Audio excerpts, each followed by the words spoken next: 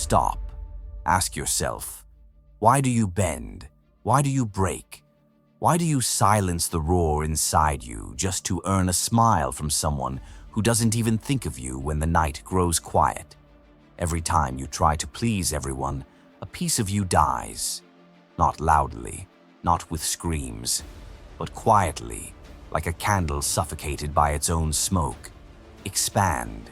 We think survival means acceptance, that to be loved by many is to be safe. But the truth is far darker. Pleasing everyone is the fastest way to erase yourself from existence. The Stoics saw this disease clearly. The hunger for approval is nothing more than chains disguised as kindness. Yet, here's the twist. They didn't teach us to hate others. They taught us to master ourselves, because once you stop craving applause, once you walk through the fire of rejection untouched, you gain something terrifying, unshakable power. And that's exactly what we're about to explore. Stay with me until the end, because the steps I'm about to unfold will change the way you walk into every room, every relationship, every battle with your own mind. If you're ready to break the chains, subscribe now, because this is only the beginning. Look around you. Everyone is chasing something. Money, status, validation. But the most dangerous chase is invisible. It's the desperate need for approval. Think about it. How many times have you swallowed your words just to avoid offending someone? How many times have you laughed at a joke you didn't find funny? Or nodded to an opinion that cut against everything you actually believe? We do it so often that we don't even notice the quiet bleeding of our soul. And here's the terrifying part. People sense it. They can smell weakness. They can see when you are bending, when you are desperate for their smile. And the moment they know you'll do anything to please them, you've already lost. You're not respected. You're not admired. You're only tolerated. Pause here. Ask yourself, is tolerance what you truly want? Or do you want to be feared, respected, remembered? Marcus Aurelius once whispered to himself, "It is not death that a man should fear, but he should fear never beginning to live." And that's exactly what happens when we chase approval. We never begin to live. We live borrowed lives, stitched together by other people's expectations. But here lies the paradox. The moment you stop pleasing, the moment you dare to say no, something shifts. People begin to lean in. They begin to wonder what you stand for. They begin to respect the silence that carries more weight than 1,000 words of flattery. So let me ask you, who are you when you strip away the need to be liked? Who are you when no audience is left, no clapping hands, no smiling faces? That answer, that raw core of yourself, is the place where true strength is born. And here's the dark truth. Once you see that strength, once you taste the power of indifference, you'll never go back. Because the chains will disgust you, the approval will feel like poison, and the world will no longer own you. But beware. Chapter 2 will show you why breaking free from this prison is not only difficult, but dangerous. Because when you stop playing the puppet, the crowd will try to burn you alive. Stay, because what comes next will test how badly you want your freedom.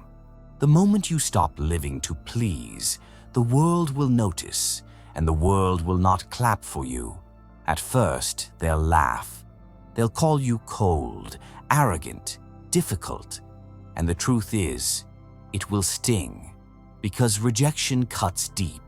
Our instincts crave belonging, and when the tribe pushes us away, every nerve inside screams that we are dying. But here's the secret. The pain you feel in those moments is not death. It is rebirth. It is the shedding of the old skin that lived on borrowed approval. Still, survival won't come easy. Friends who once praised your loyalty will question your silence. Family will wonder why you don't bend as easily as before. Even lovers may whisper that you've changed, and they'll be right. You have. Because no one who chooses truth over applause remains the same. Seneca warned, "It is not the man who has too little, but the man who craves more, that is poor." Craving acceptance is the deepest poverty of all. And when you step out of that poverty, the crowd will try to drag you back. So here's the test. Can you withstand the fire? Can you endure the disappointment in their eyes, the withdrawal of their approval, the silence where once there was praise? That is the price of rebellion. To walk into the storm and refuse to kneel, even when every voice tells you to bow. But those who endure, they find something that cannot be taken.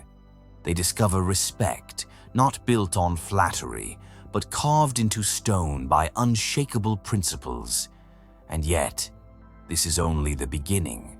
Because once you stop pleasing, the world shifts its strategy. They stop asking, they start testing. They'll push your boundaries, tempt your emotions, and wait to see if you break. Chapter 3 will show you exactly how they do it, and how you can turn their traps into weapons of power. Stay with me, because the real war is about to begin. When you stop bowing, when you stop chasing smiles, the world does not give up. It changes tactics. It begins to test you in silence. Notice this. They will push your boundaries, not always with words, sometimes with silence, sometimes with small provocations. They'll cancel plans, ignore your messages, withhold affection, not because they've forgotten you, but because they want to see if you'll crack. They want to know if you'll come crawling back, if you'll break your own principles just to feel wanted again. This is the moment where most people fail, because the hunger for validation is a cruel parasite. It whispers in your ear at night. Maybe if I just explain myself, maybe if I just give in once more. And just like that, the chains are back, stronger than before. But a Stoic sees through the game. Epictetus reminded us, if you want to improve, be content to be thought foolish and stupid, meaning, let them think what they want. Let them believe you've gone cold. Because silence, when rooted in self-control, is louder than begging ever will be. So here's the question. Can you endure being misunderstood? Can you watch people twist your silence, question your character, and still not flinch? That is the true battlefield, not against them, against yourself. For if you can hold that line, if you can refuse to chase the hand that withholds approval, then the power shifts. They start to wonder about you. They start to feel your absence, and what once was a test becomes your strongest weapon. But the game doesn't end here, because once you learn to hold steady in silence, a darker challenge awaits.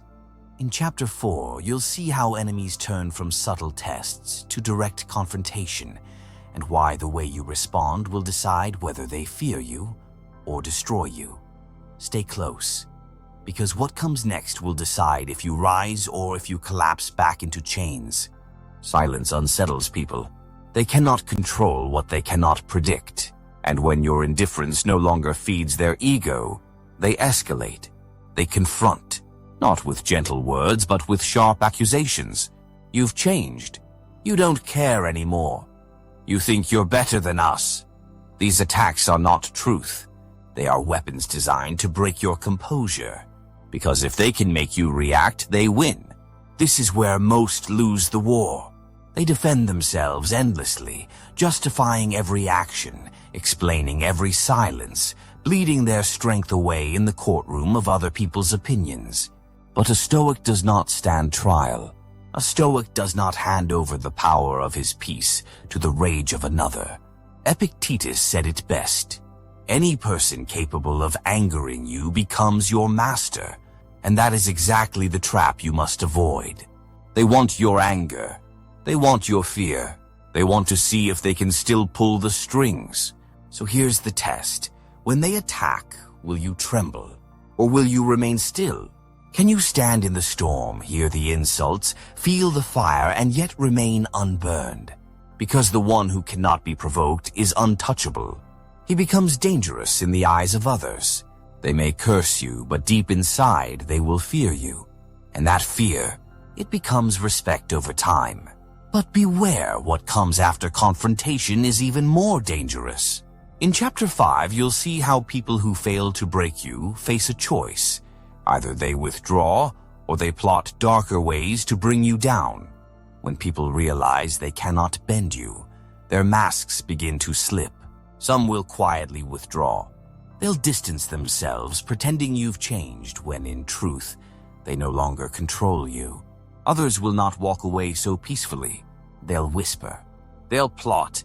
They'll gather in corners to poison your name, hoping to break you through shadows instead of direct blows. This is the hidden cost of becoming untouchable. Not everyone will celebrate your strength, many will resent it. But here's the paradox. Their resentment is proof you're no longer their puppet. Their whispers confirm that your silence, your refusal to bow, unsettles them more than any argument could. Seneca once wrote, "The less we deserve good fortune, the more we hope for it." The same applies here. The weaker their character, the stronger their need to tear down those who refuse to kneel. The question is, can you endure their betrayal without letting bitterness corrode you? Can you keep walking forward, calm and unshaken, even as daggers come from behind? That calm is your weapon. That composure is your shield. And yet there's a darker twist. The ones who cannot control you often return in disguise. They test you again, softer this time, a kind word, an old memory, a gentle pull back into their orbit. If you're not careful, you'll mistake it for reconciliation when it's just another chain waiting to tighten. That's why Chapter 6 is crucial, because what comes next isn't about resisting others, it's about mastering the storm within. The battle shifts from the outside world to your own mind. Stay, because if you lose the next battle, no victory over others will matter.